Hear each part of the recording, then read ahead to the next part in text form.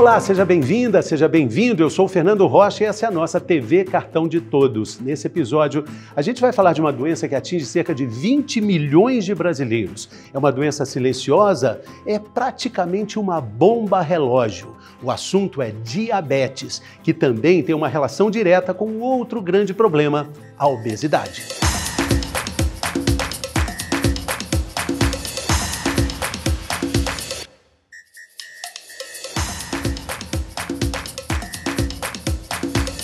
Você sabia que pessoas magras também podem ter diabetes? Sabia. Sabia? Não. Não sabia? Não, sempre associado à obesidade.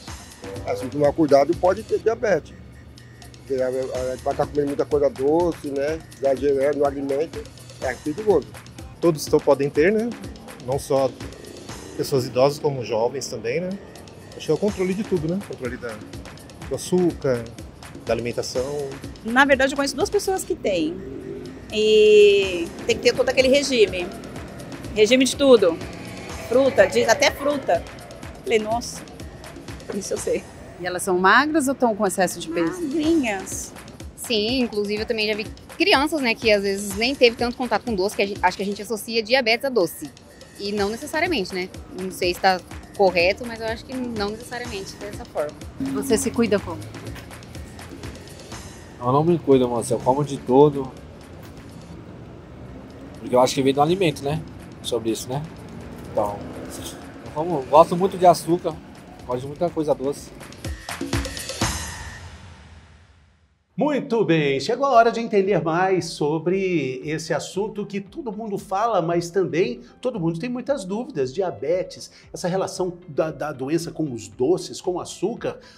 Para esclarecer isso, quem está aqui conosco nesse episódio é a doutora Tatiana Salvatore, endocrinologista. Temos muita alegria em recebê-la aqui. Bem-vinda, doutora. Obrigado pelo convite. Vamos falar aí um pouquinho sobre essa doença que muita gente tem, muita gente não sabe como tratar corretamente. E muita gente tem, a gente falou de 20 milhões de brasileiros que têm o diagnóstico, mas imagina quantos milhões tem sem saber. Pela reportagem da Júlia Bandeira, a gente viu que tem muitas dúvidas, doutora. Muita gente não sabe nem como tratar e nem como lidar com a diabetes de uma maneira correta. Vamos começar então tentando entender o que é diabetes. A diabetes ela é uma doença que a gente pode ter, a gente fala grosso modo, né, dois tipos aí de diabetes, né, uma diabetes tipo 1, que é uma doença mais insulino dependente, onde o pâncreas do paciente não produz insulina, e a gente tem a clássica, que é o diabetes tipo 2, ou diabetes do adulto, onde o paciente acaba desenvolvendo muito por conta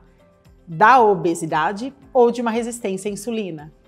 Qual é a relação direta do diabetes com o açúcar, com o doce, que todo mundo acha, né? Que doce até provoca diabetes. O que acontece no paciente diabético é que eu brinco que a nossa insulina é o nosso hormônio que vai ser responsável por pegar esse açúcar do sangue e colocar dentro da célula, como se fosse uma chavinha. Que é o que a gente precisa. Que é o que a gente precisa da energia do açúcar. Exatamente, a nossa gasolina. No paciente diabético, essa chavinha não funciona. A insulina não consegue abrir a portinha e o açúcar começa a acumular no sangue. Só que um erro muito comum que as pessoas têm é associar diabetes com o consumo de açúcar. Então ele acha que parando de comer açúcar, ele vai tratar a diabetes. E na verdade não. Todo carboidrato, então a gente fala do pão, do macarrão, do biscoito, da bolacha, da pizza, do cachorro quente, tudo vira açúcar. Né? Então às vezes o paciente não come açúcar, mas come o pãozinho ou vários pãezinhos de manhã.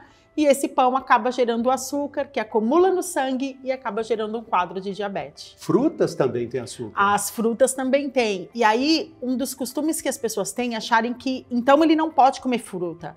Na verdade, a gente normalmente recomenda até umas 3 frutas por dia só na dieta. Mas aí, muito cuidado. Melancia, caqui, o abacaxi, que às vezes as pessoas acham que porque ele é mais ácido, mais azedinho, abacaxi tem muito açúcar, então também tem que ter um cuidado. Não é porque fruta é natural que a gente pode encher de fruta, porque a fruta também tem açúcar. Quando a gente fala que diabetes é uma doença sem sintomas, praticamente sem sintomas, como é que a gente vai perceber os sinais da doença? Então, eu costumo brincar com os meus pacientes que a diabetes ela é uma doença muito silenciosa. É diferente de uma pressão alta, por exemplo, que quando sobe dá uma dor de cabeça, dá um mal-estar. Na maioria dos pacientes, ele não percebe que ele tem diabetes.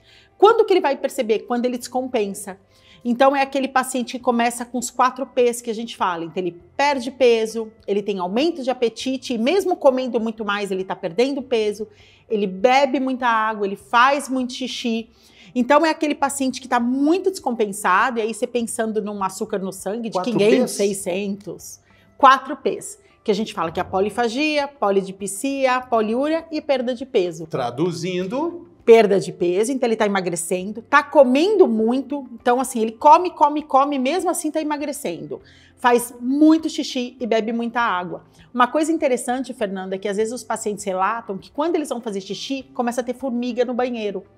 Essas formigas são atraídas pelo açúcar na urina da pessoa.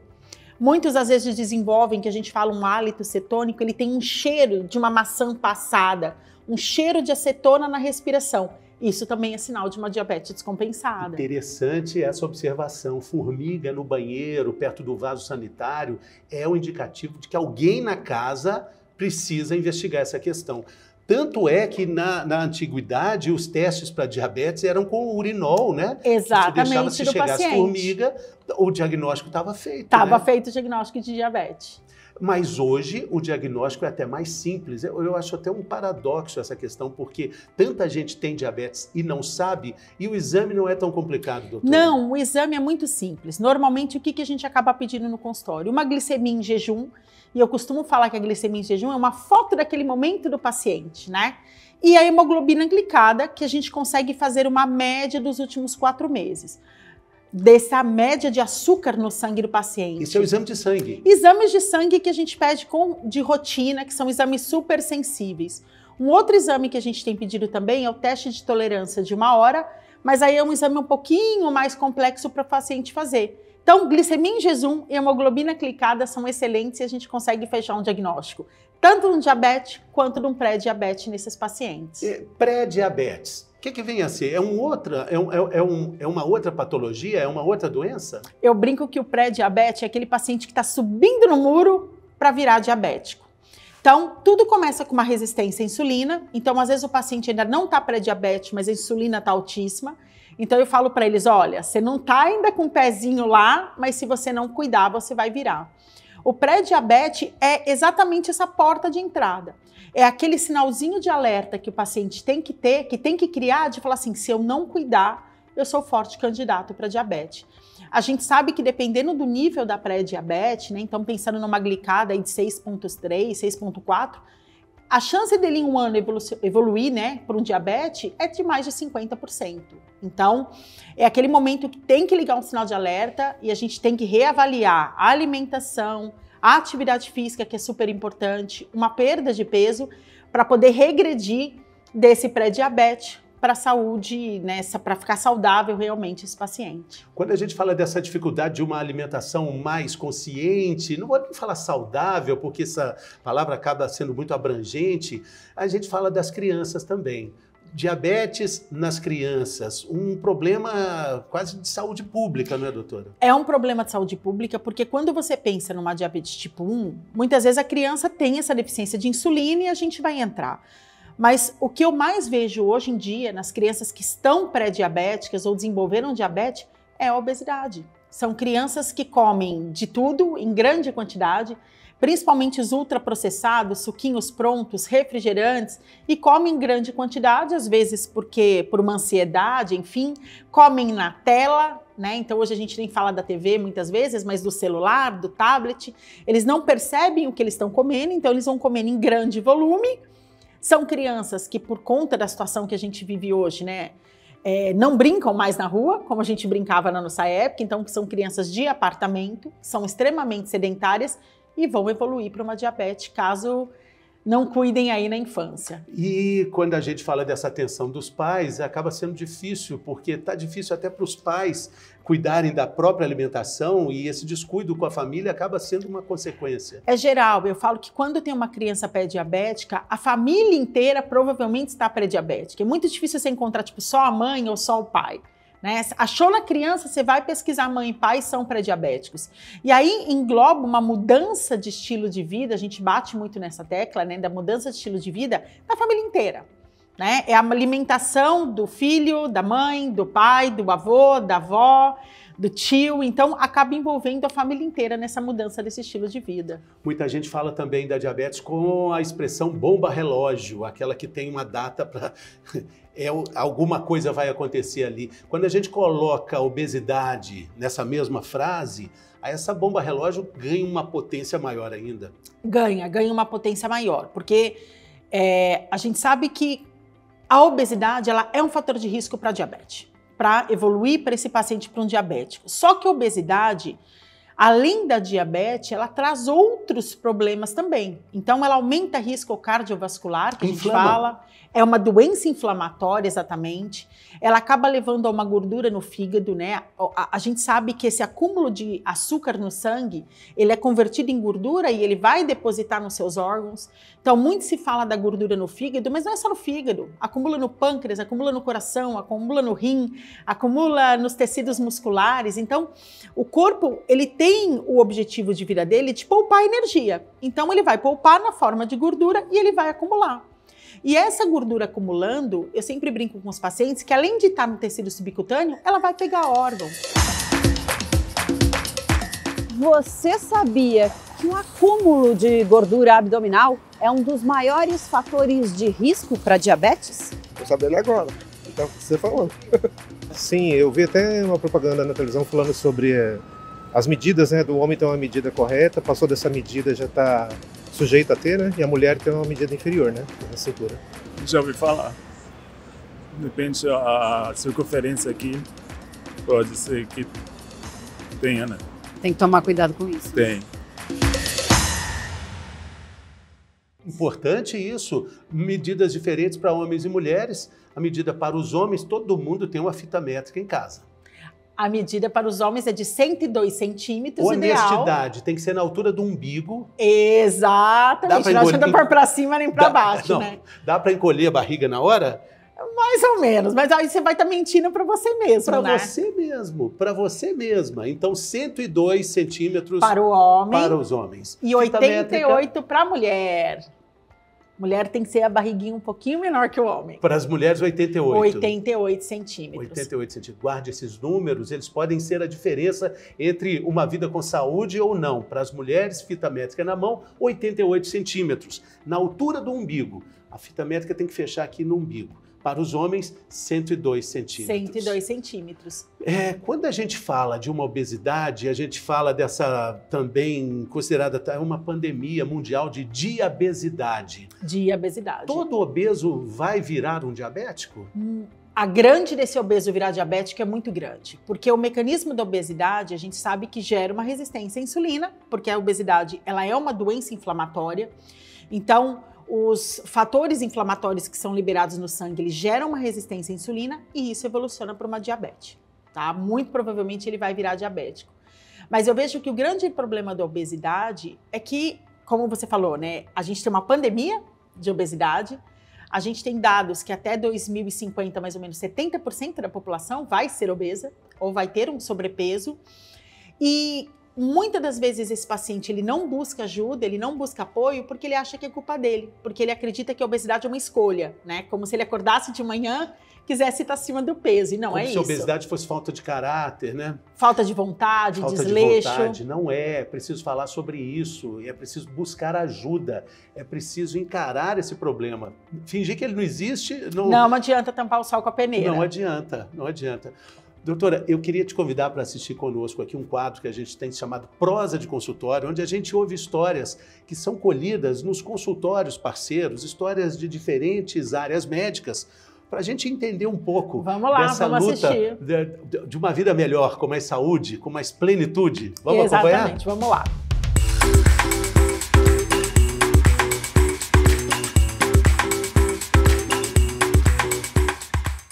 Olá, me chamo Dr. José Cosmo, sou médico ortopedista e cirurgião de mão. Estou atendendo na clínica Amor Saúde, aqui na localidade de Pinheiros.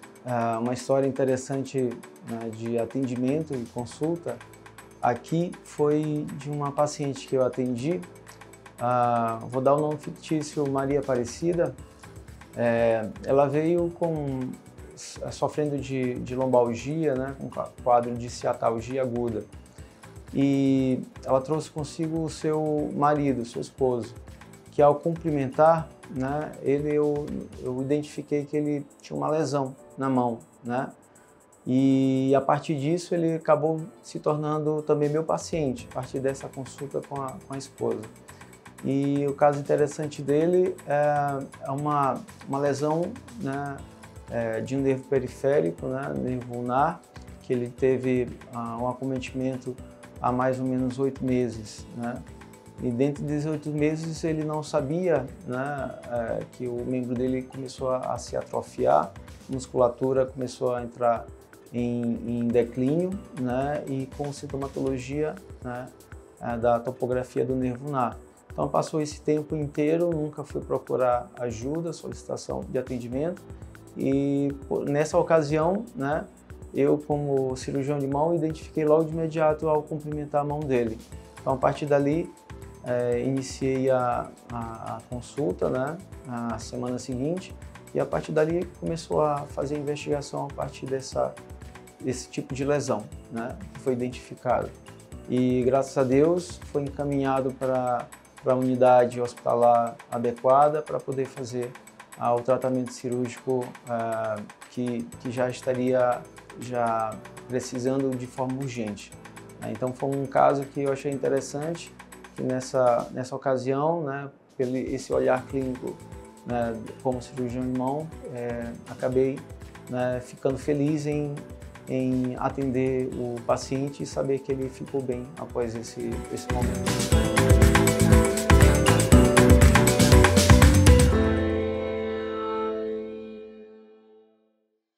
Muitas histórias, e aqui na TV Cartão de Todos a gente coleciona boas histórias, é uma alegria contar histórias que ajudam as pessoas a se entender melhor, a se olhar melhor, com mais cuidado, né, doutora? Vamos voltar aqui para o nosso assunto, a gente falando sobre a luta da obesidade, a relação da obesidade e diabetes.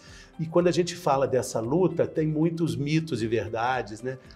Muitos mitos. Um dos mitos assim que a gente mais escuta às vezes no consultório é o paciente que chega e fala assim, não, falaram para mim que era só fazer exercício, aumentar a minha taxa de exercício e parar de comer ou comer muito menos que eu emagrecer.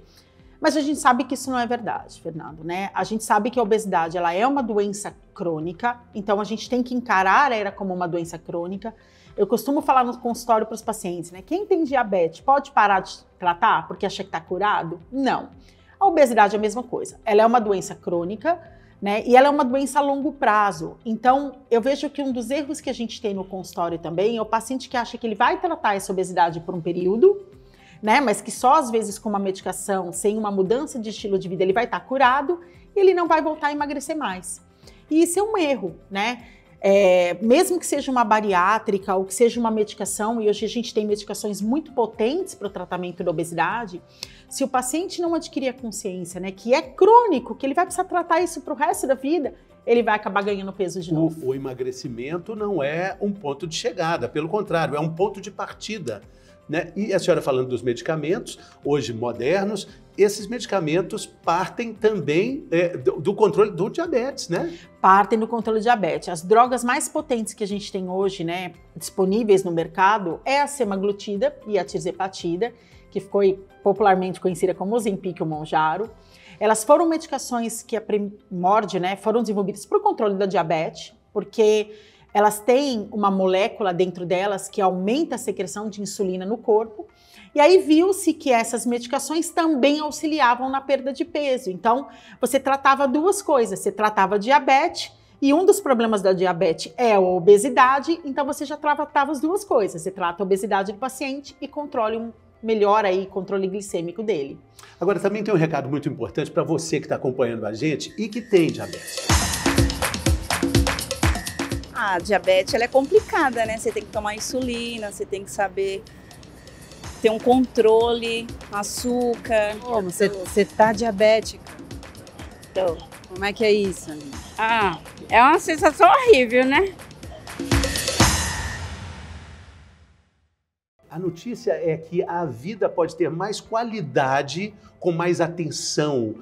Isso é fato, os médicos confirmam. Um paciente que entende o processo vive muito melhor. Com mais qualidade, qualidade de vida. Eu costumo falar que a diabetes ou mesmo a obesidade, ela não é uma sentença, né? Você não tem data pré-determinada para sua vida terminar. Então, com um bom controle glicêmico, com mudanças de hábitos, com um tratamento medicamentoso, tanto para diabetes quanto para obesidade, esse paciente vai viver muito tempo e ele vai viver bem. Né? Ele vai ter uma expectativa de vida e uma qualidade de vida muito boa. Existe a ideia também de uma restrição muito grande nos alimentos para o diabético. Na verdade, não é bem assim, né? Não, não é bem assim. Eu sempre brinco com os meus pacientes que o paciente diabético é um paciente que ele pode comer de tudo que pode comer um diabético. Então, assim, ele pode comer carne? Claro que ele pode. Todos os tipos de carne? Sim, contanto que não tenha gordura. Então, um frango sem pele, uma carne bovina magra, os peixes. E aí o atum e a sardinha, que são são alimentos aí de um custo menor, eles são muito bons, porque eles também ajudam a regular aí o nosso triglicéridos, porque são ricos em ômega 3. Frutas, os pacientes podem comer? Claro que podem, mas em pouca quantidade. Dar preferência aí para alimentos integrais, então pão integral, arroz integral, biscoitos integrais. Esse paciente tem que usar um leite desnatado, então eu falo assim, olha, se você não consegue o desnatado, pelo menos um semi-desnatado. Alimentos integrais não. E uma coisa que eu percebo bastante no consultório é a questão da fritura. Ele acha que só comer menos carboidrato resolve. Não, o paciente diabético não pode comer fritura. Então, eu brinco que ou é no air fryer, ou ele vai ser assado, ou ele vai ser grelhado, cozido, mas evitar a fritura, porque essa gordura também acaba prejudicando aí o diabetes. Hoje também fala-se muito dos ultraprocessados e aquela regrinha, né? Descascar mais e desembalar menos. Desembalar menos. E isso eu vejo até por conta da obesidade, né? E do diabetes. O diabetes com ultraprocessado são alimentos altamente calóricos, né? Com muitos conservantes aí. E isso vai prejudicar a saúde para o diabetes ou não. E na questão da obesidade, eu falo que os ultraprocessados, eles são complicados porque hoje as pessoas não têm mais prazer numa comida diferente. Então eu vejo que a gente chegou a um ponto onde comer um hambúrguer, comer uma pizza, às vezes a pessoa fala que está enjoado desses alimentos. E como que ela pode estar enjoada de comer um hambúrguer, né? Enjoada de comer uma pizza, você não desfruta mais. E aí você acaba comendo sem pensar e às vezes a quantidade de calorias que você tem nesse alimento seria assim o suficiente para você viver o dia todo. Né? E prejudica mesmo a qualidade de vida. Tem que tirar o ultraprocessado da alimentação. Uma vez ou outra eu brinco que tudo bem, no nosso dia de luxo aí, mas todos os dias não. Descascar mais e desembalar menos. E é interessante também perceber, acho que na vivência de consultório, a senhora tem boas histórias para contar, porque o paciente vai entendendo, porque o organismo de um paciente obeso com diabetes, ele está sofrendo inevitavelmente da chamada síndrome metabólica. Síndrome metabólica. Está tudo bagunçado, está tudo desordenado. Essa entrada no eixo melhora tudo. A pele, o cabelo, até dor de cotovelo, Sara. Você sabe que a gente brinca que quando o paciente vem e ele começa a tratar diabetes, começa a tratar a obesidade, eu brinco que ele fica mais jovem. Ele chega mais jovem no consultório. A gente fala, nossa, como você está mais jovem, né? Rejuvenesceu. Porque são doenças inflamatórias, né? A síndrome metabólica, ela é uma síndrome inflamatória, onde você tem aí o aumento de risco cardiovascular, mexe com pressão arterial, tem a diabetes, tem um triglicéridos alto. O corpo inteiro está descompensado, né? Por isso que para emagrecer não é só fechar a boca. É toda uma concepção de mudança. O sono tem que melhorar, a atividade física tem que ser parte integrante da vida de todo dia. E você sabe que o sono é um fator muito importante para quem quer perder peso. Pacientes que não dormem bem têm mais dificuldade de perder peso do que os pacientes que dormem melhor. Porque o lugar no nosso cérebro que regula peso, regula sono também. Então, sem boa noite de sono, é mais difícil a gente perder peso. Olha só, essa é a dica de ouro do nosso episódio. Vamos repetir. Pacientes que não dormem bem, né, que têm um sono mais prejudicado, são pacientes que têm maior dificuldade para perder peso. Você quer emagrecer? Está dormindo bem? Então, boa notícia, você tem boas chances de conseguir. Não está dormindo bem? não tem uma boa notícia. Procure se informar sobre a higiene do sono. Acho que em breve a gente vai fazer um programa sobre isso também, a importância do sono, como está tudo ligado, né, doutora? Não tem separação mais, né? Não, porque as estruturas que a gente tem, né, dentro do nosso corpo, que fazem a regulação corporal, normalmente eu brinco que são centros de dados que são únicos.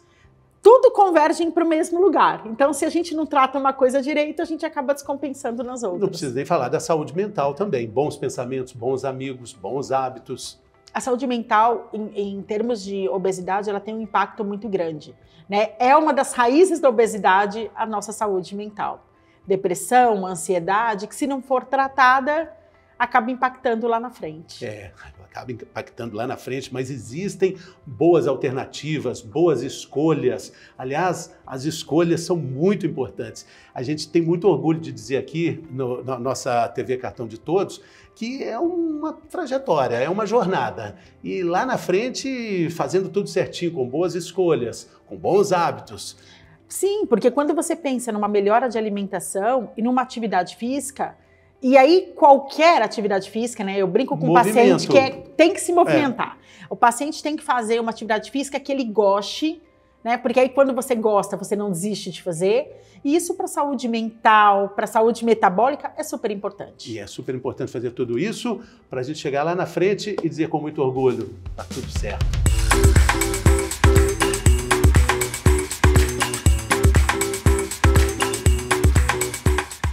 Reconhecer os seus problemas, escutar os seus sintomas, buscar ajuda. Esses são alguns passos para você resolver questões de saúde. A gente vai conhecer agora a história da Rosélia, que fez tudo isso e agora está tudo certo. Meu nome é Rosélia, eu passo aqui há 3 anos. Já passei com cardiologista, eu sou hipertensa, tomo um remédio para pressão alta. E passei com o oftalmo e com a Nutri. Passei com a Nutri, achei que estava acima do peso, fiz os exames, estava pré-diabético, me cuidei da alimentação e agora está tudo normal. Então, mudei, me alimento certo, estou comendo as coisas certas, usando os horários e está tudo ok. Então, esse cartão todos deu mais uma facilidade para nós. Que marcam a consulta, está dentro do nosso, a gente consegue pagar. A doutora Jane é uma doutora maravilhosa, muito legal, trata bem, conversa bem, atende, explica tudo direitinho. Por isso que eu voltei com ela. Então eu passo com a doutora Jane há uns 3 anos e está tudo certo.